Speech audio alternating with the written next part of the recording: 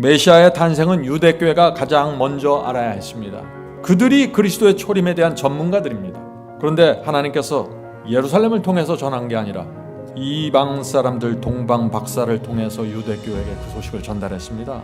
왜 그랬을까요? 왜냐하면 그 당시 교회는 졸고 있었고 관심이 없었습니다. 마지막 때도 이 역사가 반복되게 되는 것입니다. 교회는 잠들어 있고 주의 재림에 대한 관심이 없게 됩니다. 뉴스와 미디어를 통해서 재림의 징조들이 계속해서 선포되고 있지만 마치 동방 박사들처럼 선포하고 있지만은 교회는 관심이 없습니다. 많은 그리스도인들이 관심이 없어요.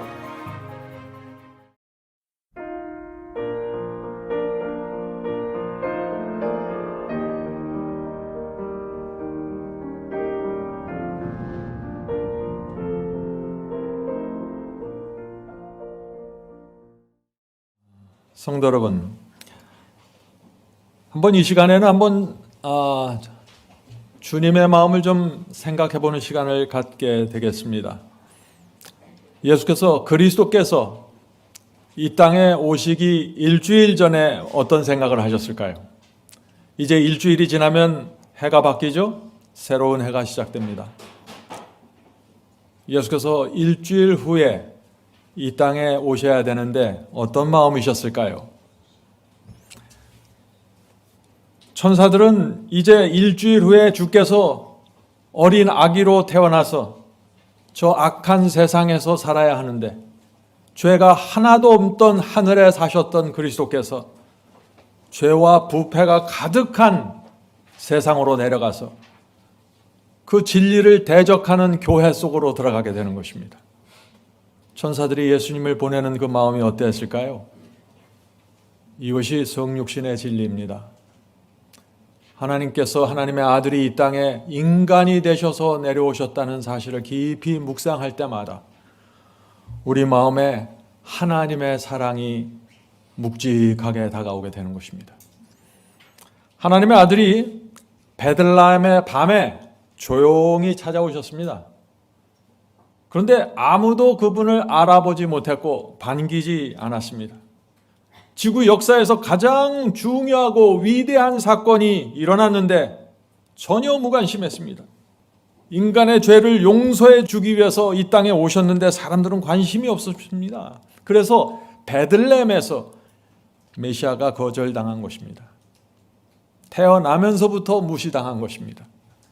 그래서 오늘 우리는 메시아의 오심에 대해서 한번 생각해 보려고 합니다. 그리스도의 탄생이 어떤 의미인지 말이죠. 예수님의 탄생은 예언대로 이루어졌습니다. 예언대로. 그냥 적당하게 아무 때나 온 것이 아니에요. 적당한 예언의 때가 차면서 오신 것입니다. 갈라디아 4장 4절 보겠습니다. 갈라디아 4장 4절. 때가 차매 예언의 때가 찼다는 것이죠. 때가 차매 하나님이 그 아들을 보내사 여자에게 나게 하시고. 어떤 때가 찼다는 것입니까? 다니엘서에 나오는 그 70주일 예언의 때가 차가면서 하나님의 아들이 이 땅에 아기로 태어나셨다는 것입니다. 예언한 그대로 태어나시는 것입니다. 때가 정확하게 이루어졌고 장소도 이루어졌습니다. 장소가 베들레헴이었습니다. 메시아가 베들레헴에서 태어난다는 예언이 또 있는 것이죠. 자, 선지자 미가는 하나님의 아들이 베들레헴에서 태어날 것을 예언하셨습니다. 그렇죠? 메시아가 태어나기 얼마 전에 예언이 되었을까요? 800년 전에 예언되었습니다. 성경의 예언은 정확하게 이루어집니다. 미가서 5장 2절을 킹제임스 성경으로 읽겠습니다. 미가서 5장 2절. 베들레헴 에브라다야 너는 유다 족속 중에 작을지라도 이스라엘을 다스릴 자가 내게서 베들레헴에게서 내게로 나올 것이라. 그의 근본은 베들레헴에서 태어날 그 근본은 옛적부터 있었으며 영원부터 있었느니라. 분명하죠? 메시아는 하나님의 아들은 베들레헴에서 태어났습니다. 그분은 영원 전부터 계셨던 하나님의 아들입니다. 자, 이제 질문 한번 생각해 보겠습니다. 메시아가 베들레헴에서 태어난다는 이 미가서의 예언을 그 당시 유대교회 지도자들도 알고 있었을까요? 잘 알고 있었습니다. 동방 박사들이 유대인의 왕이 태어났다는 말을 전했을 때 예루살렘에서 큰 소동이 일어났습니다. 그리고 그들은 즉시 구약의 예언을 확인했습니다. 자, 그 말씀을 볼까요? 마태복음 2장 1절부터 3절입니다. 마태복음 2장 1절부터 3절.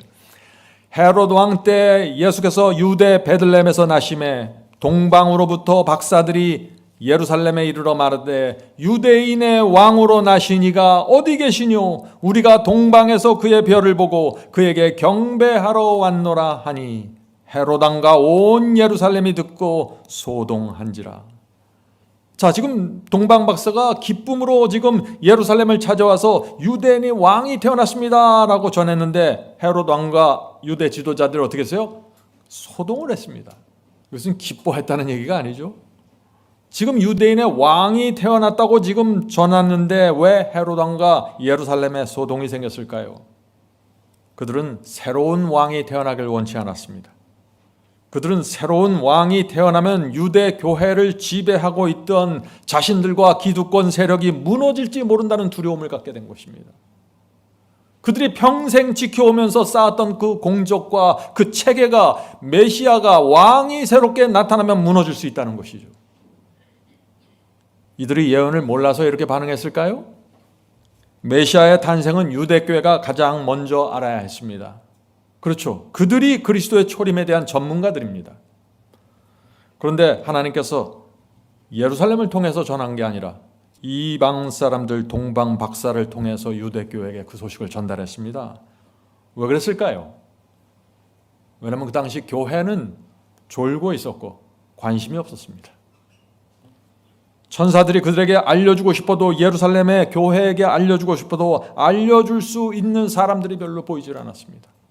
집중하지 않고 있었습니다. 그래서 하나님께서 어쩔 수 없이 멀리 떨어져 있는 동방 박사들의 마음을 움직이기로 결정한 것입니다. 마지막 때도 이 역사가 반복되게 되는 것입니다. 교회는 잠들어 있고 주의 재림에 대한 관심이 없게 됩니다. 뉴스와 미디어를 통해서 재림의 징조들이 계속해서 선포되고 있지만 마치 동방 박사들처럼 선포하고 있지만은 교회는 관심이 없습니다. 많은 그리스도인들이 관심이 없어요. 자, 다시 한번 제가 여러분에게 묻죠. 유대교회 지도자들은 메시아가 베들레헴에서 태어날 것이라는 예언을 알고 있었을까요? 알고 있었습니다. 그렇죠? 자, 그 말씀을 한번 확인해 보겠습니다. 마태복음 2장 4절부터 6절입니다. 마태복음 2장 4절부터 6절. 헤롯 왕이 모든 제사장과 백성의 서기관을 모아 그리스도가 어디서 나겠느냐 물으니. 지금 왜 헤롯 왕이 이 질문을 해요? 지금 동방 박사가 베들레헴에서 유대인의 왕이 난다고 하니까 헤롯 왕이 마음에 급해졌습니다. 그래서 이 성경을 잘 알고 있는 대제사장과 서기관들을 불러 모아서 메시아가 어디서 태어난다고 예언되어 있느냐 하고 묻는 것입니다. 어떻게 대답했습니까? 정확한 대답을 했습니다.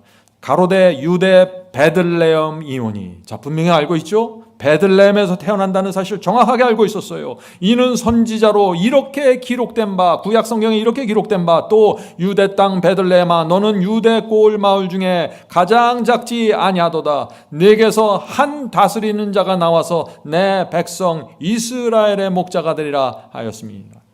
놀랍지 않습니까? 미가서의 말씀을 그대로 인용하면서 베들레헴에서 태어난다는 예언을 알려주는 것입니다. 성도 여러분, 유대교회의 문제가 무엇입니까? 알고 있는 것입니다. 그런데 관심이 없었습니다. 이것이 마지막 시대에 똑같이 반복되는 것입니다. 오늘날 교회들도 그리스도에 대한 말씀을 압니다. 많이 알고 적게 아는 차이는 있을지 몰라도 압니다. 그러나 관심이 없습니다. 많이 알고 있는 사람도 관심 없고 적게 알고 있는 사람도 관심이 없습니다. 오늘 말씀의 주제는요, 누가 그리스도의 초림을 기다렸는가, 누가 예수께서 처음 오셨을 때 주님을 영접했는가 하는 것입니다. 또 어떤 사람들이 아기 예수를 메시아로 알아보았는가입니다. 또 어떤 사람들이 무시하고 무관심했는가입니다.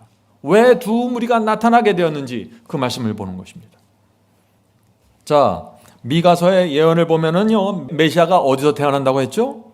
베들레헴에서 태어날 것이라고 예언되어 있습니다. 그런데 이 마리아가 잉태를 해서 만삭이 되었는데 그때 마리아는 어디 있었어요? 이제 곧 아이가 태어나는데 그때 어디 있었어요? 나사렛에 있었습니다. 요셉과 마리아가 나사렛에 살고 있었어요. 문제가 생긴 것입니다. 자, 질문 드립니다. 만약 마리아가 나사렛에서 아기 예수를 낳게 된다면 어떤 문제가 생길까요? 예, 메시아에 대한 예언이 무너지게 되는 것입니다. 아기 예수가 하나님의 아들이라는 사실을 증명할 수 없게 되는 것입니다. 엄청난 문제가 생기는 것이죠. 성도 여러분, 예언이 한 번 이루어질 때마다, 다니엘서와 요한계시록에 나오는 그 예언이 한 번 이루어질 때마다 엄청난 투쟁이 생기는 것입니다. 하나님은 예언을 반드시 성취해야 되고 사탄은 그 예언을 막습니다. 악한 대리자들 통해서 그 예언의 성취를 막으려고 달려드는 것입니다. 하나님과 사탄의 전쟁입니다, 이것이. 자, 하나님께서 이 문제를 어떻게 해결하셔야 될까요? 나사렛에서 있는 마리아를 베들레헴으로 옮겨놔야 될 거 아니에요. 자, 그 말씀을 읽겠습니다. 누가복음 2장 1절부터 5절입니다. 이때 가이사 아구스도는 뭐예요? 가이사는 로마 황제 어거스토스라는 얘기죠. 로마 황제 어거스토스가 영을 내려 천하로 다 호적하라 하셨으니 이 호적은 구레뇨가 수리와 총독되었을 때 첫 번 한 것이라. 모든 사람이 호적하러 각각 고향으로 돌아가매 요셉도 다윗의 집 족속인 고로 갈릴리 나사렛 동네에서 유대를 향하여 베들레헴이라 하는 다윗의 동네로 그 정혼한 마리아와 함께 호적하러 올라가니 마리아가 이미 잉태되었더라. 성도 여러분, 하나님께서 이 미가서의 예언을 어떻게 성취시키고 계십니까? 지금 로마 황제의 마음을 움직였습니다. 로마 황제가 온 천하 사람들에게 너희들의 고향에 가서 호적 신고를 하라고 명령을 내리게 했습니다. 그래서 마리아가 베들레헴으로 가도록 이끄신 것입니다. 사실 요셉 혼자만 가도 돼요. 그런데 마리아와 함께 가서 호적 등록을 해서 예언을 성취시키게 인도하신 것입니다.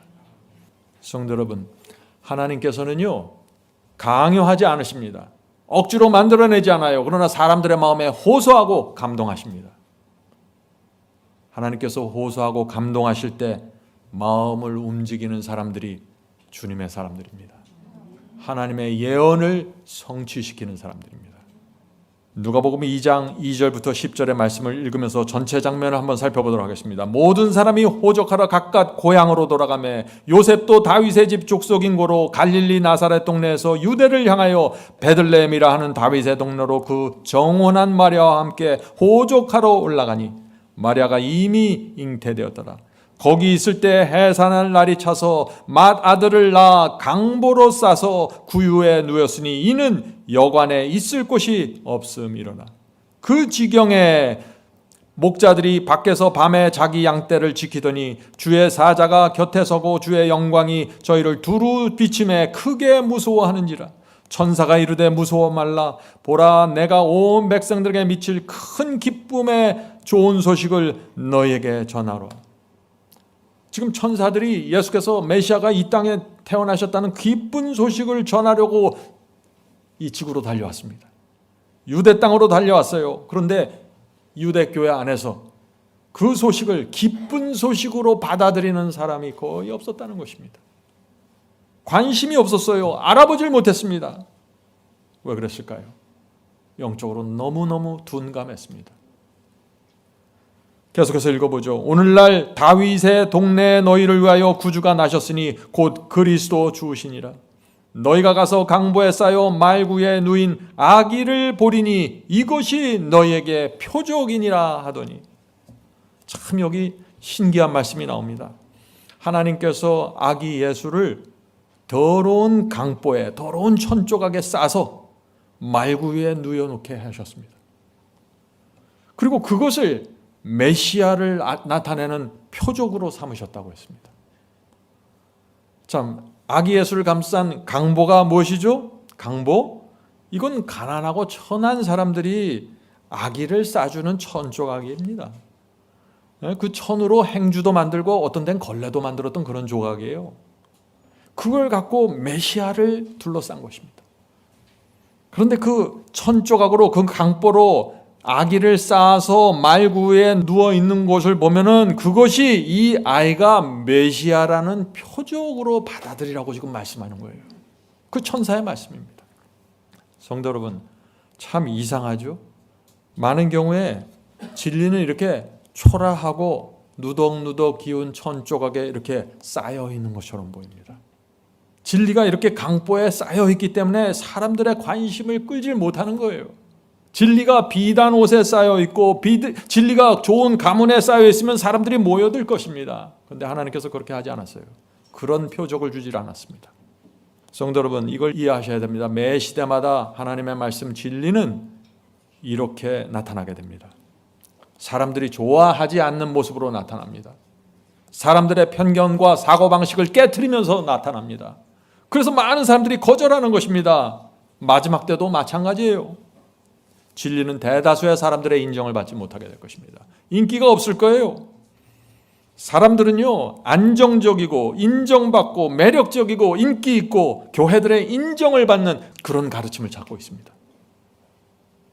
그런데 진리는 그렇게 나타나지 않기 때문에 문제가 생기는 것입니다. 그래서 매 시대마다 두 무리가 계속해서 나누어지는 것입니다.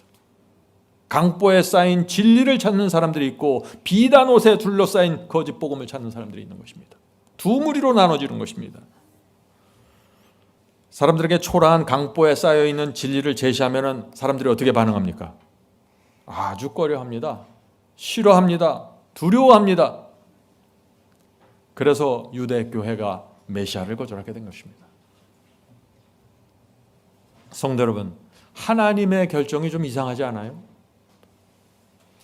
아기 예수를 그 초라하고 더러운 강보에 쌓아서 말구유에 누워놓으면 사람들이 다 싫어할 것을 아셨는데, 사람들에게 관심을 받지 못할 걸 아셨는데 하나님께서 그 결정을 하셨습니다. 왜 그랬을까요?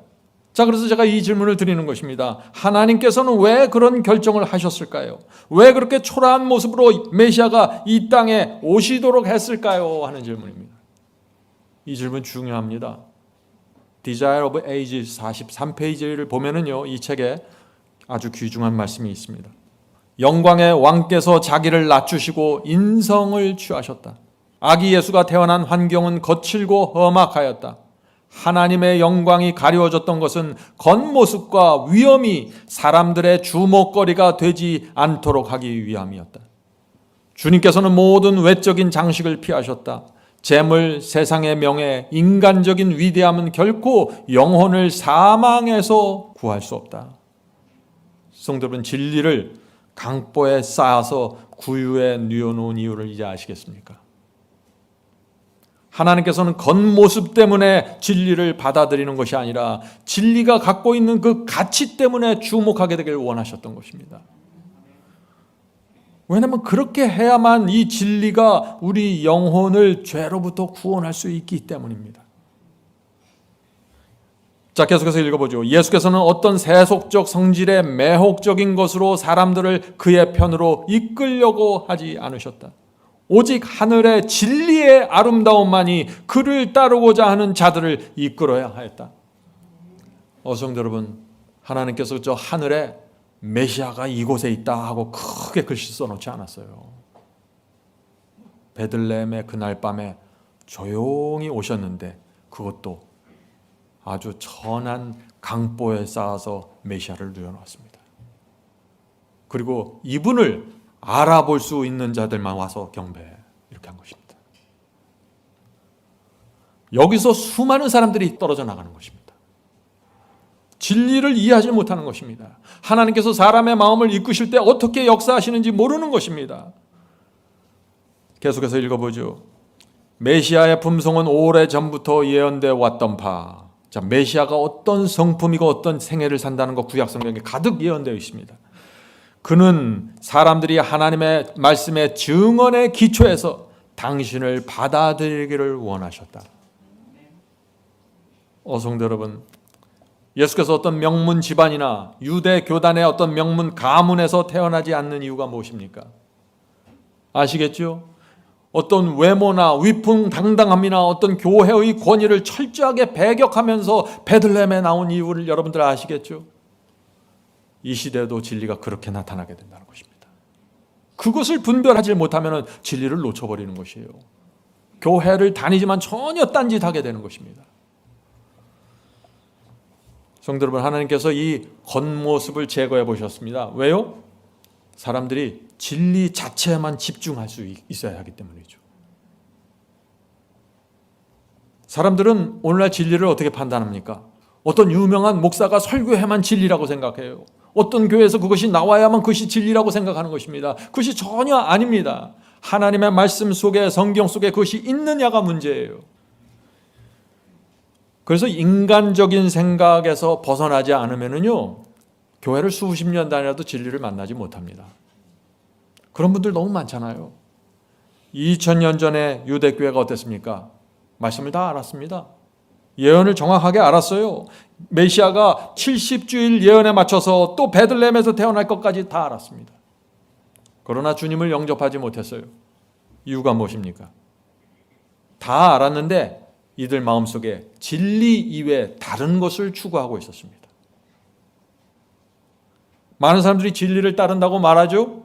그런데 그 진리가 내 마음과 내 취향과 내 계획과 맞을 때만 따라요. 주님을 따른다고 하지만 주님께서 나를 인도하시는 그 길이 내 마음과 내 정서와 내 소원에 일치될 때까지만 따라갑니다. 달라지기 시작하면 더 이상 쫓아가질 않아요. 그래서 진리를 끝까지 따라가지 못하는 것입니다. 매 시대마다 이것이 대부분의 사람들이 갖고 있었던 문제예요. Desire of Ages 44페이지 말씀을 읽겠습니다. 이 말씀은 중요한 말씀입니다. 하늘의 천사들은 하나님의 백성의 무관심을 놀라움으로 보았다. 지금 천사들은 하늘에서 하나님의 왕이, 우주를 창조하신 하나님의 왕이, 인간을 만드신 하나님의 왕이, 유대교회를 수천 년 동안 인도하신 그리스도께서 지금 인간이 되셔서 인간이 되기 위해서 하늘 도성을 떠나는 모습을 다 지켜보았어요. 그런데 이 천사들이 이 땅에 와서 보니까 하나님의 백성이라는 사람들이 무관심하다는 것입니다. 깜짝 놀라서 보는 것입니다. 어떻게 이럴 수 있을까? 유대 민족은 메시아 그리스도께서 아브라함과 다윗의 혈통에서 태어날 것을 증거하는 백성으로서 보존되어 왔음에도 불구하고 그리스도의 초림이 임박했다는 것을 알지 못했다. 성도 여러분, 2000년 전에 이 지구에서 그리스도의 초림을 예비하고 준비하고 맞이할 수 있는 백성은 딱 한 백성밖에 없었어요. 누구예요? 이스라엘 유대인들이었습니다. 그들이 구약 성경을 갖고 있었어요. 마지막 시대, 그렇다면 그리스도의 재림을 정확하게 이해하고 정확한 예언의 도표와 과정을 이해하면서 그리스도의 재림을 준비하고 마지막 기별을 선포할 수 있는 사람들이 누구입니까? 재림 성도들 아닌가요? 이 지구 전체의 한 백성을 하나님께서 인도하고 계십니다. 그런데 여기서 문제가 생길 수 있다는 것입니다. 유대교회의 그 역사가 마지막 때 다시 반복될 수 있다는 것입니다. 조심해야 되는 것입니다. 그러나 우리에게 희망이 있는 것은 그 어두웠던 유대교회 속에서도 주의 초림을 위해서 준비하고 알아본 사람들이 있었다는 것입니다. 마지막 때도 마찬가지죠. 자, 계속해서 읽겠습니다. 성전에서 날마다 아침 저녁으로 드리는 제물은 하나님의 어린 양을 가리켰지만 그들은 구세주를 영접할 준비가 되어 있지 못했다. 유대 나라의 제사장과 성경 교사들은 가장 위대한 사건이 이제 곧 일어나려고 하는 것을 알지 못했다. 그들은 무의미한 기도를 외우고 형식적인 예배 의식을 거행했고 재물과 세상의 명예를 위하여 다투었다. 어디서 다퉜어요? 세상에서 장사하면서? 아니요, 교회 안에서 말이죠. 예배 드리면서 말이죠. 그들은 메시아의 오심을 위해 준비되지 않았다. 성도 여러분, 이런 모습이 마지막 시대에도 반복된다는 것입니다. 주의 재림이 도처에서 일어납니다. 동방 박사들이 뉴스와 미디어를 통해서 별들의 움직임과 세상의 재난들을 보여주고 있습니다. 그런데 전혀 관심이 없습니다. 성경을 가르치는 사람들조차도 재림을 준비하지 않습니다. 기다리지 않습니다. 초림 때의 역사가 마지막 때 정확하게 반복되고 있는 것입니다. 성도 여러분, 이 해를 보면서 우리의 마음을 하나님께 다시 한번 바쳐야 됩니다. 성령께서 우리의 눈을 열어주셔야만 지금 이 모습이 보이게 되는 것입니다. 자, 계속해서 읽어보죠. 그들은 메시아의 오심을 위해 준비되지 않았다. 이와 같은 무관심이 이스라엘 온 땅에 편만하였다. 이기심과 세상에 몰두한 사람들은 온 하늘을 진동시켜야 할 기쁨에 아무런 기쁨도 느끼지 않았다. 기쁨을 느끼지 못했을 뿐만 아니라 적개심을 갖고 달려들었어요. 예수를 죽이려고, 핍박하려고 말이죠. 그리스도의 초림을 보고자 갈망하고 있었던 사람은 몇 명이요? 극소수였다. 그들에게 하늘의 천사들이 보내심을 받았다. 하늘의 천사들이 그래서 누구에게 간 거예요? 그 극소수의 그 주의 재림을 기다리면서 예언을 붙잡고 말씀을 붙잡고 기다리면서 사모하시던 그 아주 적은 무리에게 하늘의 천사들이 온 것이에요. 여기서 유대교에 또 문제가 생긴 것입니다. 동방박사들이 목동들이 천사를 봤다고 천사들이 우리에게 알려줬다고 말은 하는데 유대교회에서 이해가 되지 않는 거예요. 아니 어떻게 천사들이 하늘의 천사들이 유대교회 예루살렘 성전을 건너뛰어서 저 지방에 내려가? 성 밖에 있는 저런 초라한 사람들에게 어떻게 천사들이 가서 메시아의 소식을 알릴 수 있어? 그건 거짓이야. 그건 그럴 수가 없는 거야. 반드시 소식은 유대교단을 통해서 들어와야 돼. 이런 잘못된 사상을 갖고 있었다는 것입니다. 유대교에서 그 극소수의 사람들 누굽니까? 그들이 목동들과 동방박사들이고 동방박사들은 이방인들이었죠. 그리고 몇몇 또 그 외의 사람들이 있습니다. 오늘 또 우리가 이 말씀을 좀 나누려고 하는 것입니다. 성도 여러분, 마지막 때도 아주 적은 성도들이 주의 재림을 기다리고 예배할 것입니다. 예수께서 그 말씀을 분명히 하셨잖아요. 인자의 때는 노아의 때와 같을 것이라고, 인자의 때는 롯의 때와 같을 것이라고 했고, 인자가 이 땅에 올 때 내가 믿음을 보겠느냐고 했습니다. 무슨 얘기예요? 아주 적은 사람들이 그리스도의 재림을 위해서 준비할 것이라는 얘기입니다. 근데 왜 초림 때도 그렇고 재림 때도 그렇고 왜 자꾸 예수께서 오실 때마다 적은 사람들이 주의 오심을 바라보고 기다릴까요? 교회 다니는 사람들은 많아요. 근데 적은 사람들입니다. 왜 그럴까요? 많은 사람들이 진리 이외에 다른 것을 기대하고 바라보고 있기 때문이에요. 교회는 다닙니다. 근데 그들이 교회 다니는 이유와 목적이 다른 데 있다는 것입니다. 정확하게 집중하지 못하고 있다는 것이에요. 그래서 자꾸 착각하고 헛다리를 짚는 것입니다.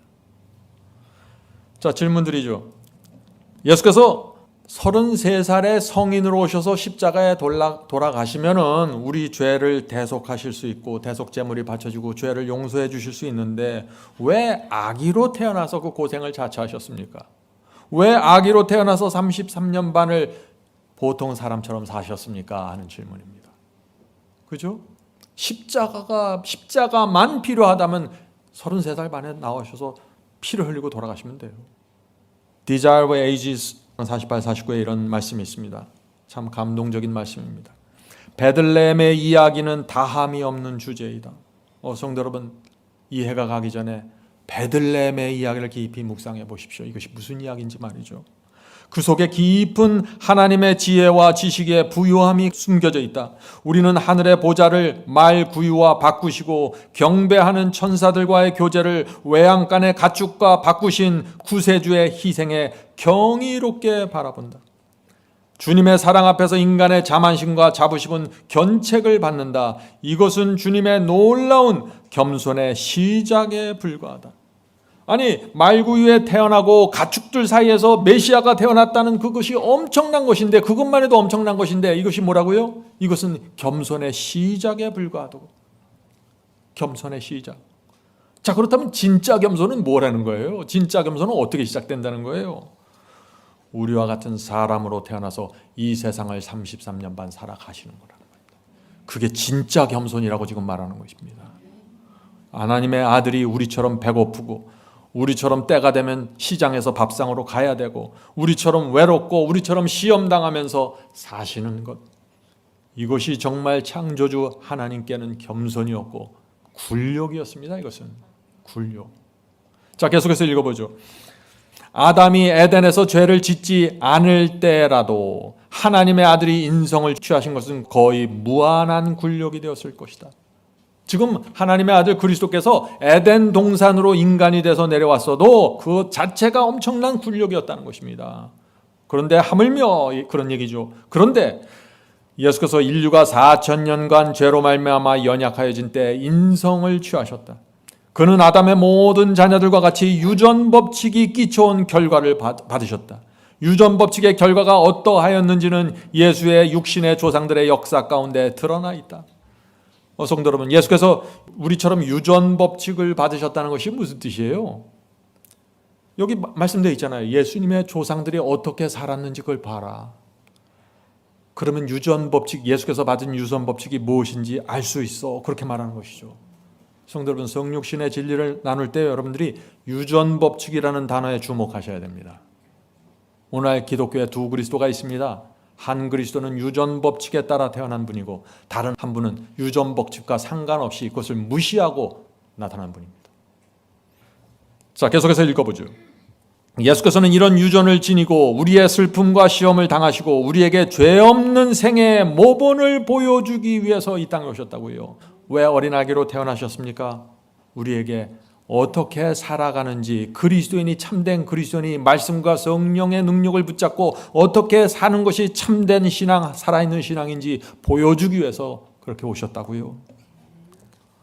계속해서 읽겠습니다. 하나님께서는 주님께서 인간으로서나 누구나 당하는 인생의 위험을 겪고 또한 인간으로서 누구나 싸워야 할 싸움을 실패와 영원한 손실의 위험을 무릅쓰고 싸우는 것을 허락하셨다.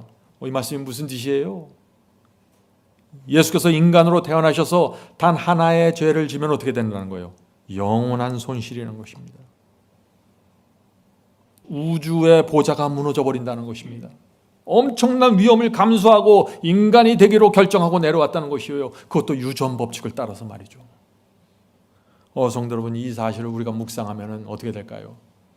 하나님의 사랑과 희생 앞에 누가 감히 당당하게 서 있을 수 있을까요? 계속해서 읽겠습니다. 육신의 아버지는 자기의 아들을 그리워하는 마음을 갖는다. 그 아버지는 자신의 어린 아들의 얼굴을 들여다보며 생의 위험들을 생각하고 떤다. 그는 자기의 사랑하는 자식을 사탄의 권세에서 보호해주고 시험과 투쟁에서 벗어나도록 붙잡아주기를 원한다.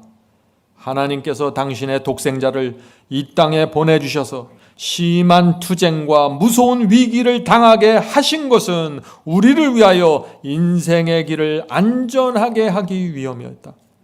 사랑은 여기 있다. 기이하도다 하늘이여 놀랍도다 땅이여. 성도 여러분, 우리가 우리 자식을 그 험한 사지로 내몰지 않잖아요. 근데 하나님께서 당신의 아들을 사탄과 악령들이 기다리고 있는 그 사지로 내보내셨다는 것입니다. 왜요? 저와 여러분을 사랑하고 구원하기 위해서 말이죠. 이것을 알면은 변화되지 않을 수가 없는 거예요. 이것을 알면은 거듭나지 않을 수 없는 거예요. 완전히 새로운 사람으로 살아가게 되는 것입니다. 예수께서 우리를 용서하고 구원하기 위해서 인간이 되기로 결정하셨고 십자가에 돌아가셨습니다. 왜요? 하나님은 사랑이다 하는 것을 증명해 주기 원하신 것입니다. 사단은 4,000년 동안 하나님의 성품을 왜곡시켰어요. 하나님의 백성 사이에서. 하나님은 무섭고 가혹하고 율법적이고 조금만 잘못하면 지옥에 던져버리고 하나님은 무서운 분이야. 그것을 무너뜨릴 수 있는 유일한 길은 하나님께서 당신의 아들을 통해서 내가 누구인지를 보여주고 증명하는 것이었습니다. 성도 여러분, 우리가 그 사랑을 보면 우리 마음에 감동과 은혜가 밀려오지 않습니까? 주님께 나가 부복하게 됩니다. 주님께 대한 감사와 충성으로 살아가게 됩니다. 진리를 무시하거나 거절하는 그런 생각은 꿈도 꾸지 않게 됩니다. 하나님의 사랑을 희생을 하는데 어떻게 그럴 수 있어요? 그럴 수 없는 것입니다. 요새 현대인의 얌체신앙이라는 글이 있습니다. 들어보셨어요? 현대인의 얌체신앙 이렇습니다. 이익은 기회 있을 때마다 얻어야 하고 희생과 손해는 가능한 한 피해야 하고 칭찬은 가능한 한 챙기고 진리는 핍박이 없을 때만 증거하고 눈에 보이는 눈에 뜨이는 죄는 범하지 말고 교회 생활은 흉잡히지 않을 정도로만 한다. 현대인의 얌체신앙입니다. 이런 신앙이 기독교 전반에 걸쳐서 퍼져나가고 있습니다. 성도 여러분, 하나님의 성육신의 진리를 알면 이렇게 살 수 없습니다. 이런 생각도 할 수가 없습니다. 하나님의 아들이 어떤 위험을 감수하셨고 어떤 희생을 치르셨는지 알고 나면은 그 사람의 마음과 성품은 고상하게 올라갑니다. 변화가 됩니다. 안 될 수가 없는 것입니다. 어떤 그리스도인이 그리스도께서 이 땅에 오시는 그 장면과 성육신에 대해서 참 감동적인 글을 썼습니다. 오늘 제가 그 글을 읽어드릴 때 여러분이 그 하나님의 사랑과 희생에 대해서 묵상해 보시길 제가 부탁드립니다. 제가 읽겠습니다. 아기 예수의 탄생은 지구 역사에서 오직 한 번만 일어난 사건입니다. 하나님께서 인간이 되신 것은 상상할 수 없는 일입니다. 하나님의 아들이 인간으로 태어나신 날은 차가운 밤이었습니다. 요셉과 마리아는 빈 방을 구하기 위해 이 집 저 집의 문을 두드렸습니다. 하나님의 아들이 빈 방 구하기 위해서 찾아다니신 것입니다. 결국 베들레헴의 말 구유에서 하늘과 땅이 만났습니다. 영원하신 하나님, 우주를 지배하고 명령하시는 하나님께서 인간 마리아의 품에 안겨서 젖을 먹었습니다. 하나님의 아들은 다른 아이들처럼 아장아장 걷는 법을 배우셨고 엄마가 옷을 입혀 주셔야만 했습니다. 유대 땅 시골 사람으로 자랐습니다. 우주를 만드신 하나님께서 인간 부모에게 하나하나 배우면서 성장하셨습니다. 말씀으로 하늘과 땅을 만드신 하나님께서 사람의 말을 한마디씩 배워야 했습니다. 전능하신 하나님께서 심부름하기 위하여 길을 걸어야 했고 먼 길을 갈 때는 나귀를 타야 했습니다. 도적과 강도가 나타나는 인적이 드문 길은 피했습니다. 한눈으로 온 우주를 바라보시는 창조주 하나님께서 나사렛의 골목길을 걸으시고 유대 광야의 바위 사이를 걸어야 했습니다. 주님은 연약한 인간 육체로 사셨지만 성령의 은혜로 충만하셨습니다. 하나님의 아들은 냄새나는 시장길을 걸어야 했고 랍비를 만나면 고개를 숙여 인사해야 했습니다. 인간을 만드신 하나님께서 인간에게 예의를 갖춰야 했습니다.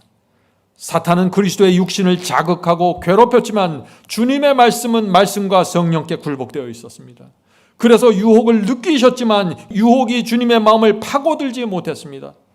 그것이 그리스도의 생애였고 우리에게 보여주신 완전한 모범입니다. 다니엘서의 예언에 따라 주님께서는 침례를 받으시고 복음을 선포하셨습니다. 그리고 십자가로 가셔서 참혹한 죽음을 당하셨습니다. 아무도 주님께 죽어달라고 요구하지 않았고 아무도 감사하다고 말하지 않았습니다. 주님께서는 스스로 십자가에 달리기로 결정하신 것입니다. 누가 이 주님의 사랑과 희생에 감사와 감격으로 응답할까요? 화가가 자신이 그린 그림의 한 구석에 자기의 모습을 드러내듯이 극작가가 자신이 쓴 대본의 한 인물로 나오듯이 주님께서는 구약 성경의 예언대로 자신의 모습을 드러내시고 33년 반의 인간 생애를 사시고 십자가에 돌아가셨습니다. 누가 그 사랑과 희생을 이해할 수 있을까요? 누가 그분의 복음에 온 마음으로 감사할까요? 성도 여러분, 우리는 교리를 믿는 사람이 아닙니다. 그냥 가르침 붙잡고 신앙하는 사람들이 아니에요. 우리가 믿는 것은 그리스도입니다. 하나님을 믿는 것입니다. 그래서 그리스도가 누구이고 하나님이 어떤 분인지를 알고 나면 신앙은 거기서 다 끝나게 되는 거예요. 복음의 본질로 직접 들어가서 거기서 모든 열매들을 만들어내고 나타나게 되는 것입니다. 성도 여러분, 이것이 복음의 파워입니다. 하나님을 알면 되는 거고 모르면 안 되는 것이에요. 여러분의 삶이 어려우십니까? 주님께서 이 땅에서 사신 길, 사신 삶을 기억해 보시기 바랍니다. 주님께서 어떤 억울함과 어떤 고통을 받으면서 살아가셨는지 기억하십시오. 그것을 생각하면 우리의 생애가 달라지죠. 주님의 겸손과 은혜 앞에 무릎 꿇게 됩니다. 또 어떤 책의 이야기를 들려드리겠습니다. 어떤 왕이 있었는데 마을 사람들에게 편지를 썼습니다. 언젠가 내가 마을을 방문해서 그 마을 사람들과 함께 대화하고 식사하려고 합니다. 기다려주세요 하고 편지를 보냈습니다. 이 마을에 왕이 온다는 소식이 퍼지면서 이 마을이 아주 부산해지기 시작했겠죠. 이제 음식을 준비하고 여인들은 예쁜 옷과 화장을 하고서 준비했습니다. 남자들은 집 청소를 하고 길거리를 쓸고 마을 청소를 대대적으로 하고 입구에 환영 플랜카드를 걸어놓았겠죠.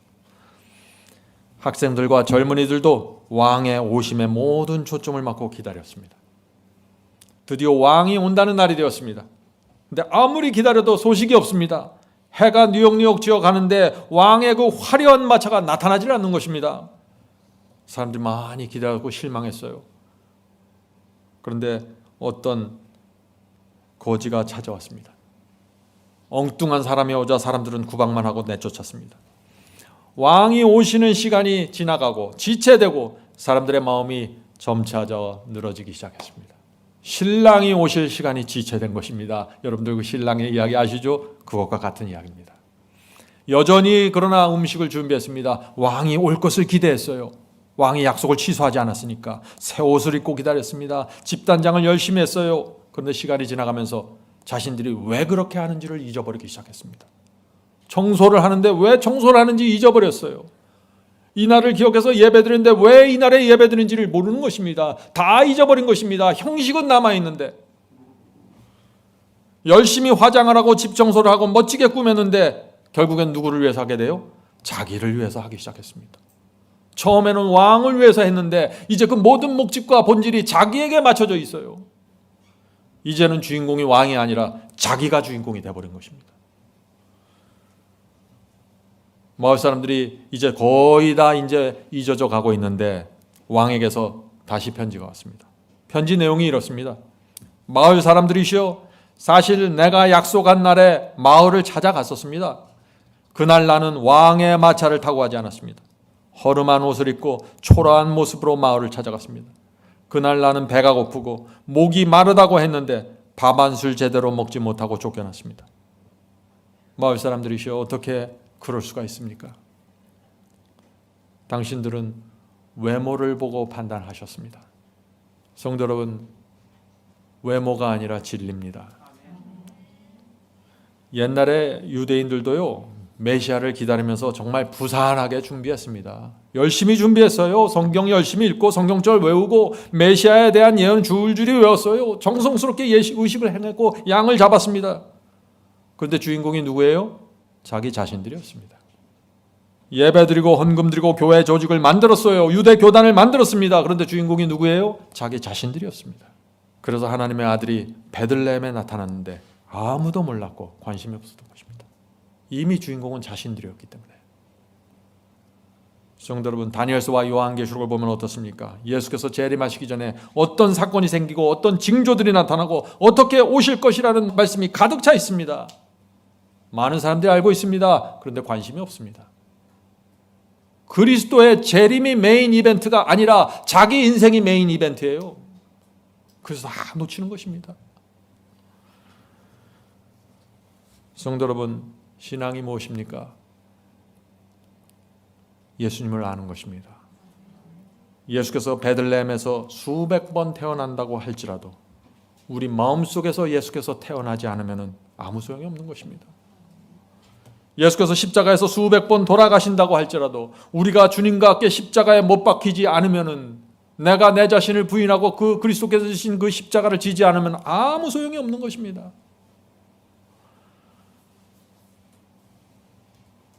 이제 또 다른 장면으로 넘어갑니다. 자, 질문을 하고 시작하겠습니다. 아기 예수가 베들레헴에서 태어난 이후 시간이 지나서 40일이 지났는데 그 40일 동안에 어떤 일들이 생겼을까요? 참 흥미있는 질문이죠. 두 무리가 생기게 됩니다.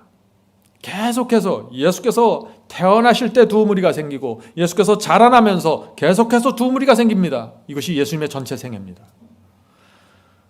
두 무리가 생겼는데 한 무리는 메시아를 알아보고 기쁨으로 충만한 사람들입니다. 그런데 대다수의 사람들은 무관심했고 알아보지 못했고 기쁨이 없었습니다. 두 무리입니다. 자, 그 장면을 좀 보겠습니다. 누가복음 2장 21절부터 38절까지 한 절 한 절 읽으면서 가겠습니다. 21절입니다. 할례할 8일이 되매 그 이름을 예수라 하니. 성도 여러분 아세요? 예수님도 태어난 지 8일 만에 할례를 받으셨습니다. 정확한 인간으로 성장하는 것입니다.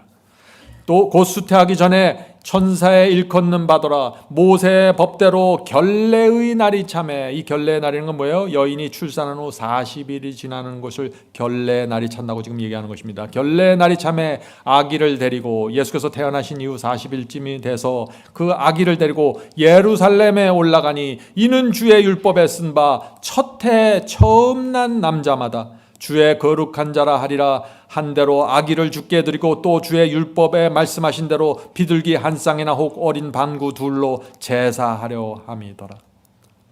자, 예수께서 태어난 지 40일 만에 어떻게 됐어요? 요셉과 마리아가 지금 제물을 드리기 위해서 예수님을 안고 예루살렘 성전에 갔다 하는 것입니다. 요셉과 마리아가 그런데 가난했죠? 그래서 두 사람이 아기 예수를 가슴에 안고 성전에 들어갔는데 제사장들이 전혀 주목하지 않았습니다. 그들의 남루한 옷을 보고서 무시했습니다. 제사장은 이 아기 예수를 부모로부터 팔에 안았습니다. 그리고 제단 앞에 아기를 높이 쳐들고 다음에 그 명부책에 뭐라래요? 예수, 이렇게 이름을 기록해 놨습니다. 그런데 그 아기가 누구인지 알았어요? 몰랐어요? 전혀 모르는 것입니다. 자기 품에 안고 높이 들었고 이름을 썼는데 모르는 것입니다. 성도 여러분, 교회 안에서 이런 일이 생길 수 있는 것입니다. 그 아기는 우주를 창조하신 창조이고, 그 아기는 유대 제사 제도의 기초이고 원형이신 그리스도였는데, 이 제사장들은 보통 아이를 대하듯이 그를 대한 것입니다. 그저 그들 중에, 그 아이들 중에 하나였어요. 성도 여러분, 성령께서 우리의 눈에 안약을 발라주지 않으면요 이렇게 되는 것입니다. 똑같이 교회에 나오는 것 같지만 전혀 아무것도 보지 못하고 살아가는 것입니다. 안약을 발라주지 않으면 진리를 손에 줘도 이게 뭔지를 몰라요. 진리를 손에 줘도 이게 뭔지를 몰라요. 성도 여러분, 우리가 주님을 믿을 때, 그리고 진리를 대할 때, 말씀을 대할 때 정말 조심해야 하는 것입니다. 아기 예수를 그 대했던 제사장들처럼 대하면 완전히 끝나는 것입니다. 자, 그런데 이 아기 예수를 알아보는 사람들이 또 나타났습니다. 그들이 누구일까요? 시므온과 안나입니다. 제가 계속해서 두 무리가 나타난다고 그랬죠? 예루살렘 성전에 갔을 때 또 두 무리가 나타난 것입니다. 자, 25절, 누가복음 2장 25절 26절 읽겠습니다. 예루살렘에 시므온이라 하는 사람이 있으니 이 사람이 의롭고 경건하여 이스라엘의 위로를 기다리는 자라. 성령이 그 위에 계시더라. 성도 여러분, 하나님께서 어떤 사람에게 그리스도를 보여주셨습니까? 굉장히 중요한 질문입니다. 어떤 사람이에요? 의롭고 경건하고 이스라엘의 위로를 기다리던 시므온에게 하나님께서 성령을 통해서 알려주셨습니다.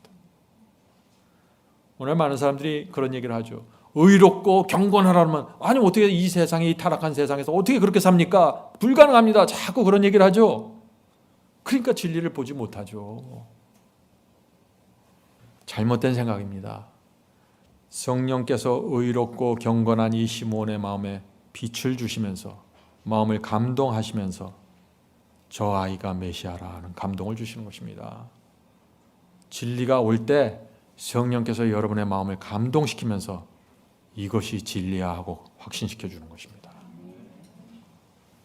자, 한 가지 우리가 좀 볼 것은 뭐냐면, 시므온은 이스라엘의 위로를 기다리던 사람이었다라고 했습니다. 이스라엘의 위로를 기다린다. 이것이 무슨 뜻일까요? 이 히브리어를 보면은요, 히브리어로 내가 이스라엘의 위로를 볼 수 있습니까? 하는 말은요, 내가 메시아를 볼 때까지 살 수 있습니까? 하는 이런 뜻이라고 합니다. 무슨 뜻이에요? 시므온은 메시아를 기다렸던 사람입니다.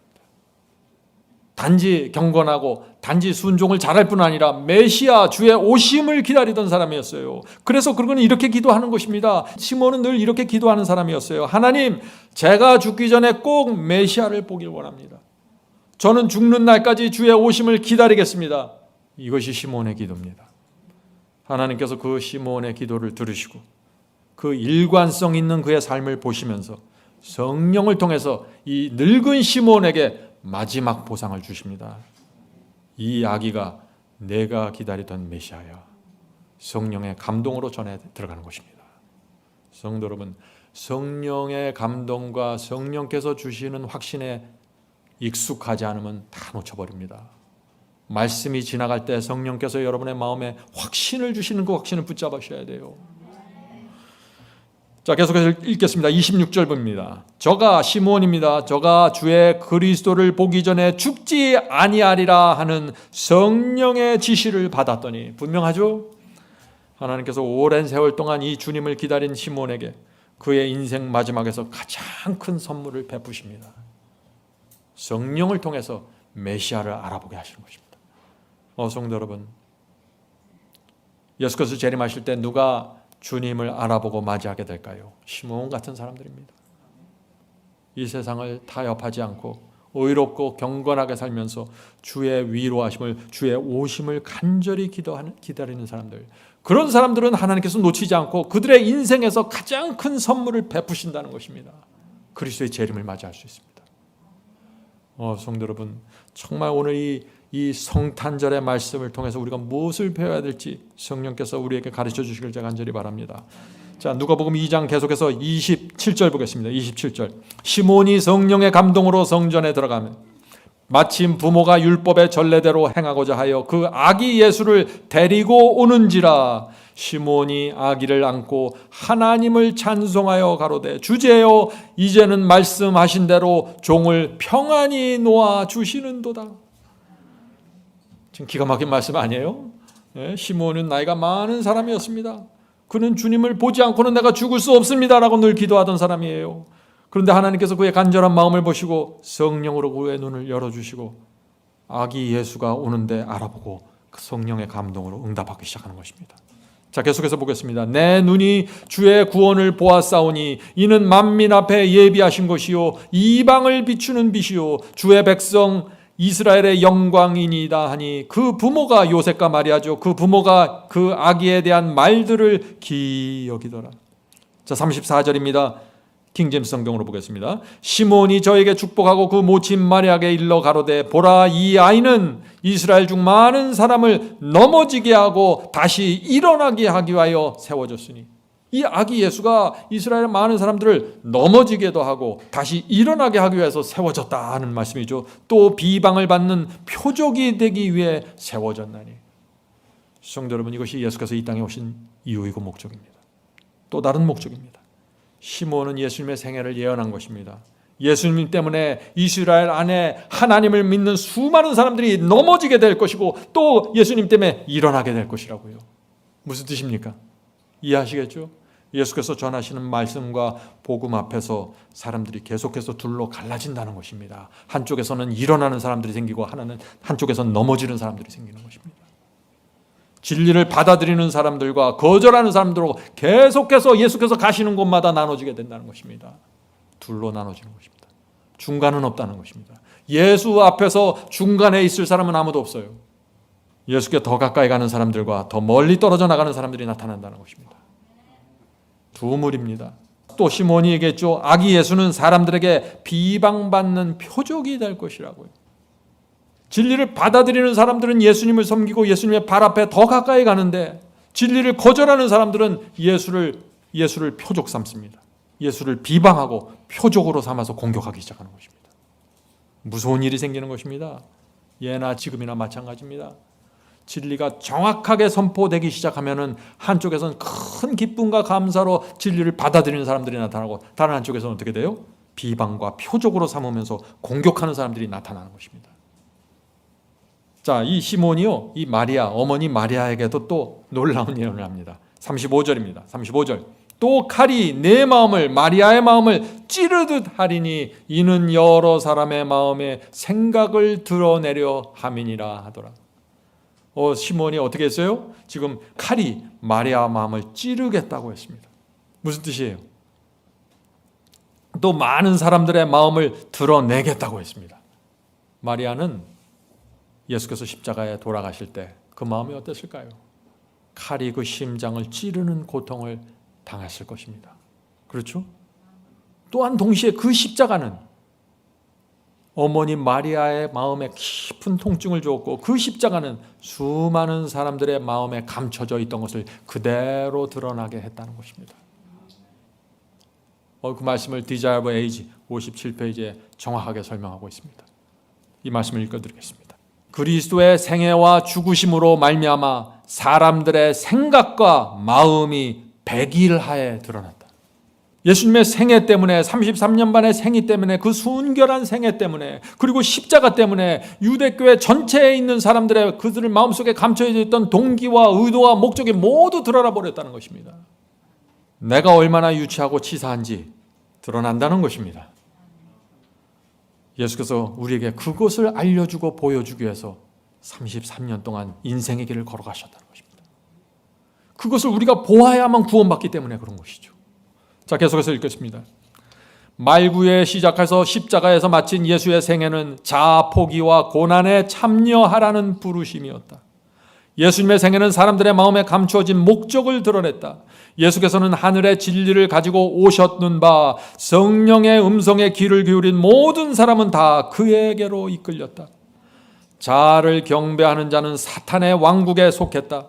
모든 사람은 그리스도에 대한 자신들의 태도로 저희가 어느 편에 서 있는지를 보일 것이다.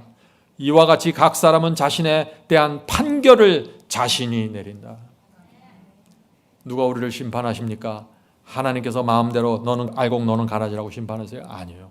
우리 스스로 우리의 생애를 통해서, 우리의 결정을 통해서 우리 스스로 판결을 내리는 것입니다. 모든 증인들이, 하늘의 증인들이 보는 것입니다. 성도 여러분, 많은 사람들이 주님을 바라보라고 얘기하죠. 주님을 바라보는 게 뭐예요? 내 마음과 생각을 주님의 생애와 나란히 놓고 비교해 보라는 것입니다. 나는 뒤에다 감춰놓고 예수님만 바라보는 거 아니에요. 내 마음과 생애를 예수님 앞에 놓고 예수님과 내 생애를 비교해 보는 것입니다. 그것이 바라보라는 뜻입니다. 그렇게 바라보면은 내 모습을 보게 되고, 내 모습을 봐야만 주님께 나가 기도하게 되고 용서받게 되고 회복하게 되는 것입니다.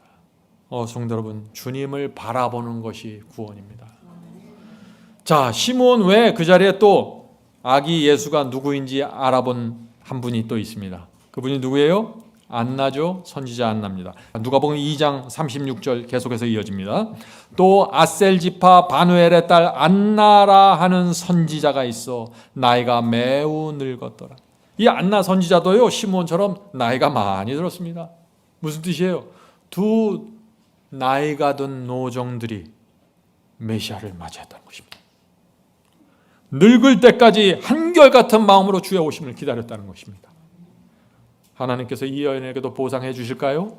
보상해 주신다는 것입니다. 자, 계속해서 읽어보죠. 그가 출가한 후, 이 안나라는 여인이 젊었을 때 출가한 후, 결혼한 후 7해 동안 남편과 함께 살다가 과부가 된 지 84년이라. 이 사람이 성전을 떠나지 아니하고 주야에 금식하며 기도함으로 섬기더니. 성도 여러분, 이 안나가 젊은 나이에 혼자가 돼서, 그 나이 늘어서 머리 하얘질 때까지 혼자가 돼서, 그런데 성전을 떠나지 않았다고 하는 것입니다. 기도와 금식으로 주야로 기도했다는 것입니다. 안나가 어떤 신앙을 했는지 눈에 보이죠?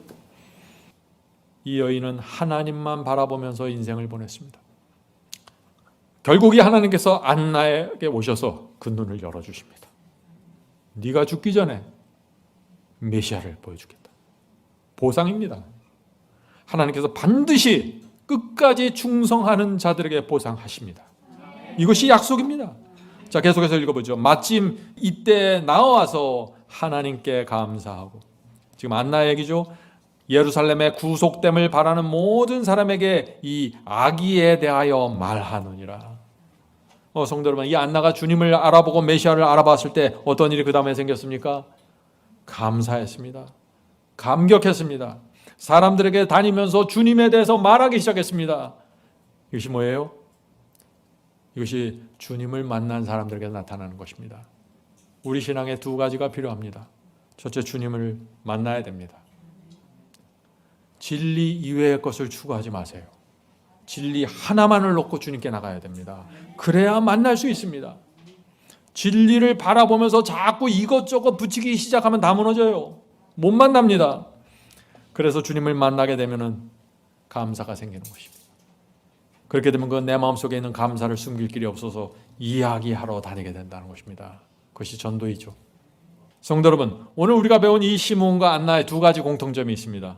두 사람의 공통점이 뭐예요? 첫째, 두 사람 모두 외로웠습니다. 유대교회 전체가 주의 오심에 관심이 없었습니다. 지식은 있었는데 관심이 없었어요. 그러니 이 두 사람은 얼마나 외로웠을까요? 주의 오심에 대해서 말하고 싶은데, 진리에 대해서 말하고 싶은데 사람들은 관심이 없고 진리 이외에 더 관심이 있는 것입니다. 외로운 생애를 살았습니다. 오랜 세월 동안 영적인 교제를 나눌 수 있는 친구가 없었을 것입니다. 둘째, 두 사람 모두 늙을 때까지 주님을 섬기고 기다렸습니다. 성도 여러분, 혹시 이 자리에 나는 이제 늙었으니 주의 재림을 보지 못하겠구나 라고 생각하시는 분 계십니까? 그렇게 생각하시면 안 됩니다. 두 사람 모두, 안나와 시몬 모두 끝까지 신앙을 지켰고 나이 들었을 때까지 주님을 대면하기를 바라보면서 살았습니다. 이것이 재림신앙입니다. 우리가 살아있을 때 반드시 주님을 대면한다는 신앙으로 사는 것입니다. 내 나이가 20이든 80이든 상관없습니다. 성도 여러분, 시므온과 안나 같은 성도들, 이런 그리스도인들이 주님을 만나게 되는 것입니다. 하나님께서 그런 성도들의 눈을 열어주시고 진리를 보여주시고 진리에 대한 확신을 성령을 통해서 주시고 주님을 만나게 해주시고 한결같이 한 길을 걸어가도록 인도하시는 것입니다. 시므온과 안나를 기억합시다. 끝까지 충성의 길을 간 그 두 분을 기억합시다. 주의 성전을 끝까지 떠나지 않았다고 했습니다. 하나님께서 반드시 보상하신다는 사실을 잊지 마시고 우주에서 가장 큰 선물을 우리 인생의 끝에 반드시 주실 것입니다. 성령께서 우리 모두를 위로와 기쁨과 감사의 생애로 인도해 주시길 제가 간절히 바랍니다. 하늘에 계신 저희들의 아버지, 제가 오랫동안 주님을 믿고 교회를 다녔지만 잘못된 신앙 습관들이 있습니다. 주여, 저희 마음이 진리에 집중할 수 있게 도와주시옵소서. 하나님의 사랑에 집중할 수 있도록 도와주시옵소서. 하나님의 마음을 늘 살필 수 있도록 인도해 주시옵소서. 저희 마음에 역사하시는 성령의 감동에 저희가 집중하게 도와주시옵소서. 하늘에 계신 아버지, 하나님을 알기를 원합니다. 저희가 가난한 마음과 간절한 마음과 목마른 심령으로 주 앞에 나아가오니 주께서 저희의 마음을 하나님 만날 수 있게 인도해 주시옵소서. 주여, 그리스도의 성육신의 사랑과 그분의 은혜와 자비를 저희가 이해할 수 있도록 눈을 열어 주시옵소서. 주목하게 도와주시옵소서. 하늘에 계신 아버지, 저희가 이제는 신앙의 본질로 복음의 중심으로 들어가길 원합니다. 그래서 살아있는 그리스도인으로 살기를 원합니다. 주여, 도와주시고 복을 내려 주시옵소서. 오늘 예배에 참여한 성도들 주께서 아십니다. 각자가 그 필요한 것들이 있을 것입니다. 주께서 보살펴 주시고 필요한 것들을 공급하시고 무엇보다 먼저 그 나라와 그의 의를 구하면서 자신의 부족한 것들을, 필요한 것들을 채움받을 수 있도록 도와주시옵소서. 한 해가 지나갑니다. 저의 마음속에 과거에 우리를 인도하신 주님의 은혜를 기억할 수 있도록 도와주시옵소서. 처음에 우리가 어떻게 홍해를 건너왔고 어떻게 진리를 받았고 어떻게 날마다 만나의 말씀을 먹으면서 여기까지 오게 되었는지 기억하게 도와주시옵소서. 저희 자신의 부족함을 보면서 낭망하지 않도록 하여 주시고 이제 새롭게 다시 시작할 수 있도록 힘을 주시옵소서. 예수님의 이름으로 간절하게 기도드립니다. 아멘.